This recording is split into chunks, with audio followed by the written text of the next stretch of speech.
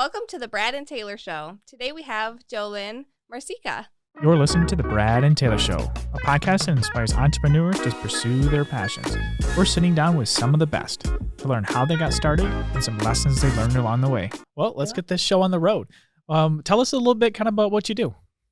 So I'm a real estate agent full-time. I am also a real estate coach with our training and coaching company over at Glover U.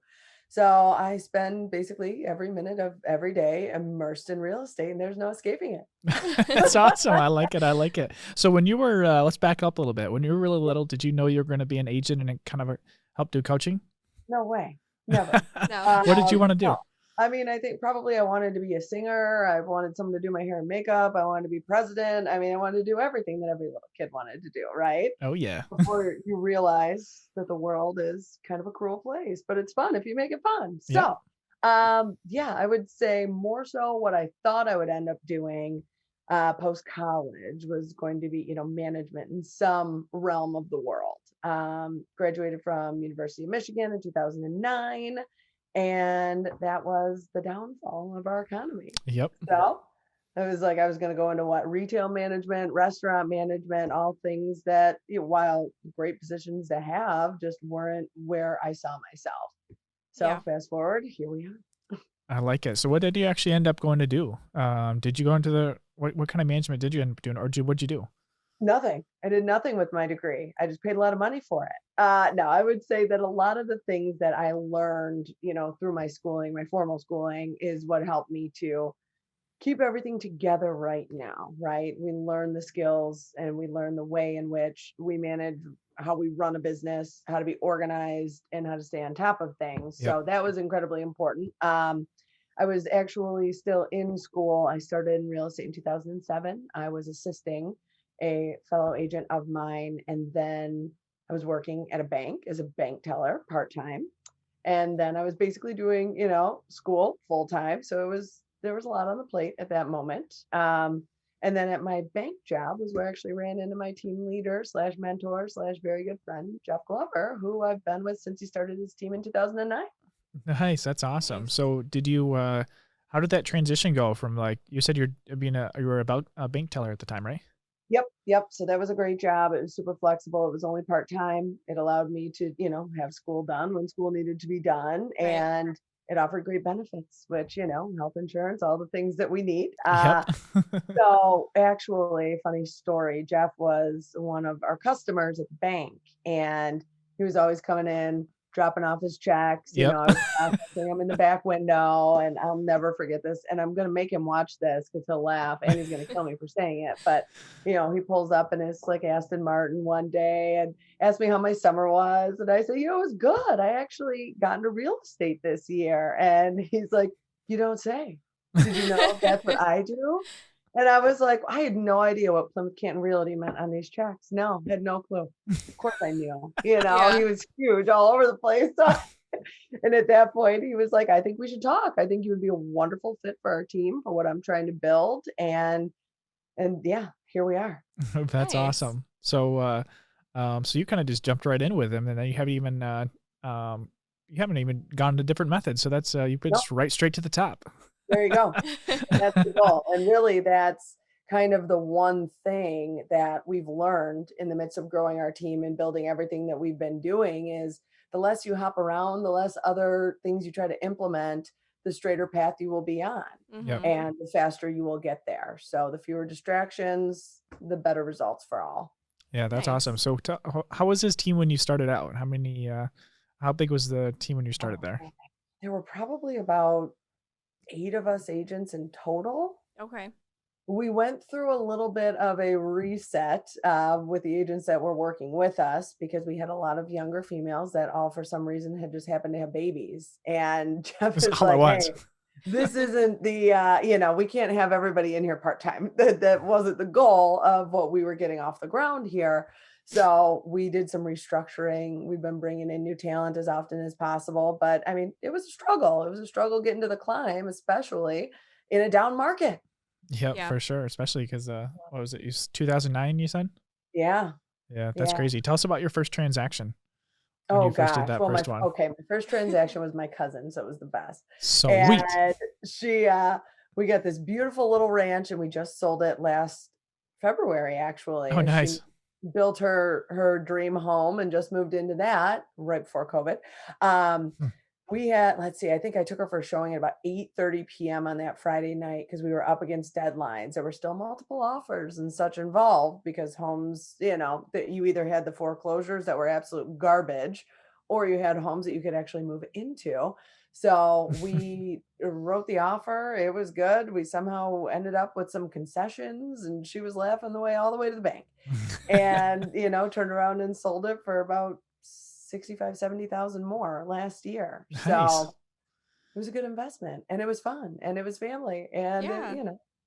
Yeah, that's awesome. What kind of advice did you get at the beginning that kind of stuck along your way in your kind of your journey? So the best piece of advice that I got was of course from Jeff himself, and he said just put your head down, listen to what I'm telling you, and trust the process. That was it. And, That's that awesome. was such an internal struggle, right? Trust the process. What do you mean? Yeah. I'm going to be running ragged for the rest of my life, not sleeping, not eating half the time. And at that point, our average sales price was like $80,000, after the market tanked. Yeah. So the amount of work that went into something was pretty incredible for the money that was, coming home. Yeah. So, For sure. Kind of tell us about what you're doing right now, because you said you're doing some coaching and stuff like that. yeah. What do you look like right now? What's it? So I would say I'm probably 75% sales. That is still my goal. That's the money maker. At the end of the day, that's where you make the most pertaining to the income. But with the coaching, that it's still growing. We started Glover U in 2017 and it's just taken off like fire. We've got some wonderful coaches on board with us. Obviously, Jeff is leading this entire movement of ours, and where we found that we're a little different is all of us as coaches are on the ground with these agents every day. I am competing against some of my coaching clients in multiple offer situations. And, we're running into each other in Mhm. all Yep. of these realms, of our lives, but that is the best part of it. And that is what makes it the most relevant. Yeah. So, I spent a good portion of last year writing a buyer mastery program with our head coach, Kate Simon, and who's having a baby today, I think. Wow. Oh, that's Um, exciting. so that's exciting. Um, we put this program together because no one's coaching on buyers and how to be better with buyers. Everyone is just saying, go get the listings. And sure, the listings, you're the employer at that point. Buyers agents are your employees. But I run a very referral based business. I have a lot of buyers that come to me and say, hey, I want to buy a house. And I'm not going to not work with them because I want to focus on listings, right? Yep. Right. So, what's the most sensible thing to do? Let's put our heads together and figure out how we can be the most successful in getting our buyers' offers accepted and getting them to the finish line. Yeah. So I launched that program last November. We just wrapped up at the end of March, and our clients are killing it. They're out there getting offers accepted, they're going above and beyond, and the results are speaking for themselves. So, on top of group coaching, I also work one on one with clients. So, that's something that's a little more tailored to their personal business, and we're able to put things in place, systems, processes, et cetera, in order to increase their productivity. So, it's fun. I like Nice. it. I like it. When did you start coaching? How long were you in real estate before you started the coaching? Well, I've been I started in 2017, so I had been Okay. in for about 10 years Okay. before we got onto that. But I spent 6 years coaching volleyball as well. Oh, Okay. So nice. coaching has always been something that I've really loved doing. I like helping. For some reason, I do better when other people do better. I'm never worried about myself for some reason, but I hear that's a common issue that people have. So trying to work on all of that while making everybody around me a little bit better. So. That's Nice. awesome. So let's say you had to start all over today and you had all the same knowledge you have right now. How would you spend $1,000? The same knowledge I had right now? Wow. Honestly, I'd immediately hire a coach, a one-on-one coach, because the accountability, that's it. That's what it all boils down to. In our industry, it's so easy to not make your phone calls, not get up and work that day because you don't have to.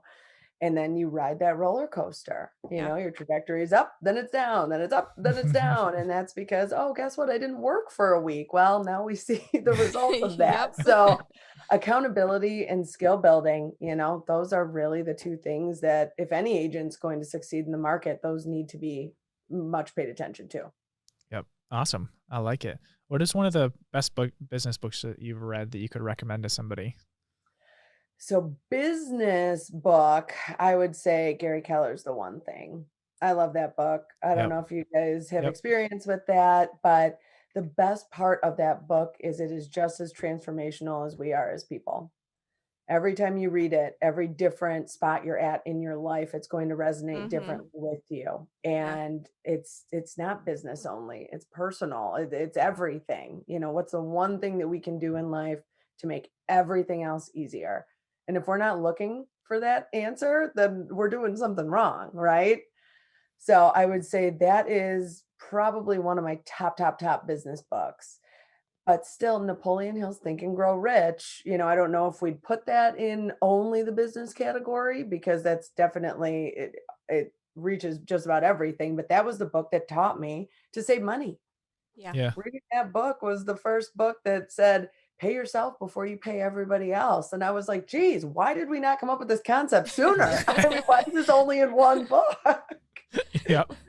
So those are definitely my two go-tos. And I think every young person and everyone out there that's maybe looking for a little bit of financial direction should rip that book apart because it's a little bit of a difficult read if you're not, good with the old English. But so many good lessons in there and so many things to apply, to life moving forward. Awesome. What? Speaking of life moving forward, what are your plans for the next 5 years? Well, I'm really hoping I'm getting married this year. It was supposed to be last year, and Oh, COVID had other yeah. plans. Yeah. We're also in the midst of rebuilding our house right now. Oh, So I'm nice. hoping that that will be completed and we'll be moving in. That's about all my plans for this year That's a because lot. it is a lot. And trying to navigate this market Yeah. and be on point for everybody, it is a lot. Well, you have a very So exciting year ahead of you. very, as Yeah. long as everything, knock on wood, continues going according to plan, we'll be good. So the following years, the goal really right now is to be picking up some more investment properties, making some more, mailbox passive income opportunities for ourselves, and really continuing to build on to the retirement plan. And on top of that, I think I do want to dive a little deeper, into the coaching Mhm. and have a bigger reach with more and more people because I've seen what the result of what we've been doing so far really is. So seeing that growth and seeing where that takes us, really everything is just planning for the financial stability and freedom within the future. Yeah. Awesome. I like it. I like it. What? How can people get a hold of you? They can call me, they can email me, they can text me. It's yeah, it's pretty easy. I'm basically always available. I answer emails very quickly.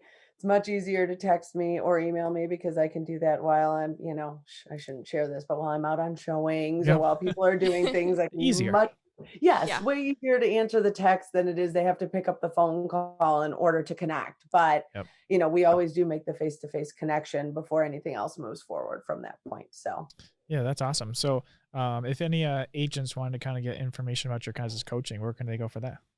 they can head right out to gloveru.com and see, what our different coaching programs are out there. We've got a little bit for just about everybody: listing side, prospecting side, buyer side, operations side, one-on-one business, growing your business, going from a salesperson to CEO. We've got some wonderful coaches on board with us who have all they've got a great list of accomplishments behind them, which is the only reason they're with us. So I like we're it. hoping that we can spread it to everybody, make this world a better place. We want to breed the agents that we want to work with. Yeah. Yeah. That's Hey, that's really awesome. the goal, right? I like it. So tell us about kind of like a basic, if somebody came to you guys for coaching, what is like a basic thing they would like if someone was interested in coming to join you guys, Yeah. what does something look They, like that? they would start out with a full-on needs analysis, which is a very thorough, excuse me, questionnaire of, what they're looking for, what their weaknesses are, what they feel their strengths are, because not only does it help with matching them up with the program? It helps with matching them up with the proper coach that, Right. can deal with the personality style that they're going to mesh well with. And we have to always be careful of, that relationship going from business to friend and losing, the reason that it came to fruition in the first place. Yeah. I will say one thing that is probably the most common outcome of a coaching relationship is that these people sign on for accountability and then they really don't want it. So we always end up being the bad guys. Yep. But once they understand it, once they implement it, then we start seeing the change. So a lot of people don't think that, coaching is for them or, they're only going to hear things that they've heard before. But the reality is it's the accountability and keeping you in line that is truly the result of what we're doing. So Awesome. I like it. Is there anything else you want to share with everybody before we go?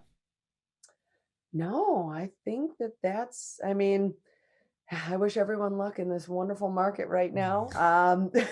Everybody get your listings on this market so that we can get all these poor buyers into them. Yeah. And no, other than that, it's been, great to chat with you guys. And I Nice appreciate chatting you with you. reaching out.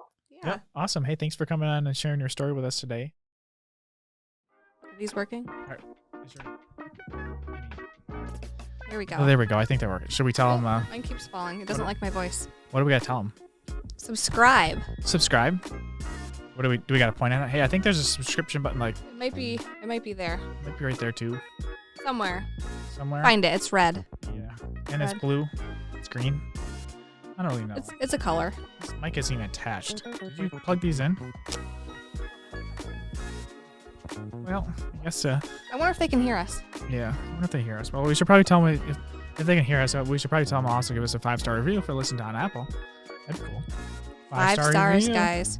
Share it with everybody they can think of. We won't take But- 4 stars. I mean, Taylor, I don't even think these are on. I mean, No, I don't think this is working. This is not working.